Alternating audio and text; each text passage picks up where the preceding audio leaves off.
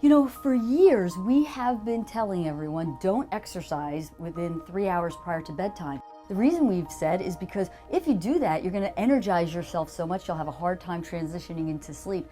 In fact, there's really no good literature to say that that's the truth. Information coming out now and newer studies that are suggesting it's actually the reverse.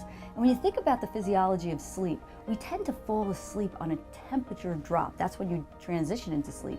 So exercising at night will heat you up, and on the cool down, you'll find it's easier to transition into sleep.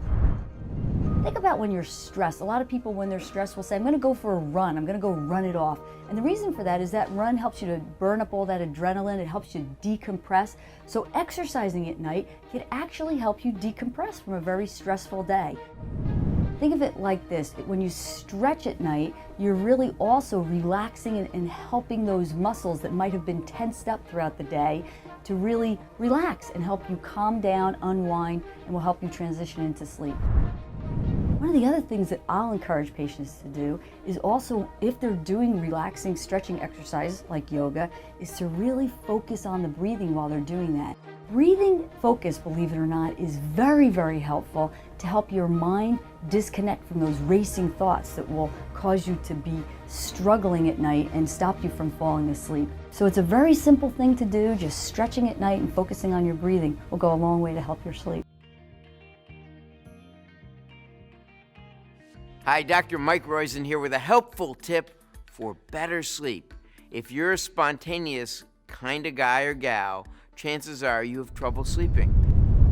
Researchers found that people who don't have regularly scheduled times to wake up, get dressed, eat meals, and be active are more likely to have trouble falling asleep and staying asleep than those who have a regular schedule.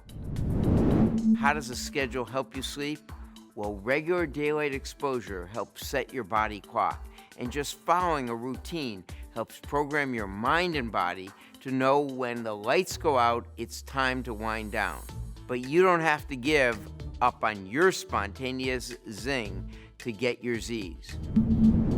Once you set firm go to bed and get up times, go ahead and live large. Just skip stimulants like exercise and caffeine anywhere near that bedtime. Also, give your bedroom a no-stress makeover. No computers, no TVs, no stacks of bills, no newspapers. Get a cozy comforter, soothing sheets, blankets, and then reserve your bedroom for sleep and sex, nothing else. Who said hitting the hay had to be dull?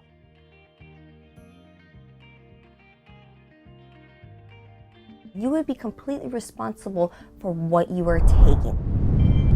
Doctors can control what is in a prescription sleeping medication. They can control the dosage, they can control the release time, they can control the refills, but they cannot control over-the-counter sleeping aids.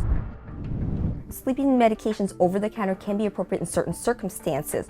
For example, people are having pain that's preventing them from getting a good night's rest.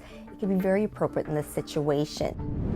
Many of these over-the-counter sleeping medications have a combination of a pain and inflammation reliever combined with what they call an antihistamine that makes you drowsy. This is a great combination and can get you off to sleep.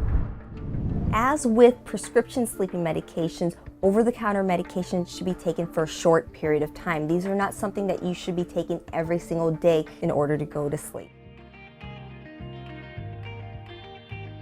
Hi, I'm Dr. Kevin Soden here with some helpful advice if someone in your family sleepwalks. Sleepwalking is a mysterious behavior. Some sleepwalkers drive cars, eat, or simply change where they sleep. Almost 30% of people report sleepwalking, most as children, though 4% still take nighttime strolls as adults. In kids, sleepwalking doesn't generally signal a psychological or physical problem, but grown-ups who sleepwalk should work with their doctor to address what's preventing them from getting deep sleep. It could be sleep apnea, restless leg syndrome, or chronic stress. Here are some sleepwalking safety tips in the meantime. Seal windows, clear floors, install stairway safety gates, banish bunk beds for kids. Also, keep a log of the time the child or adult falls asleep and when sleepwalking starts. Then for several nights, rouse the sleepwalker 15 minutes before the expected sleepwalk. Don't wake your subject up completely. Just disturb or change the sleep cycle, and hopefully nighttime strolls will end.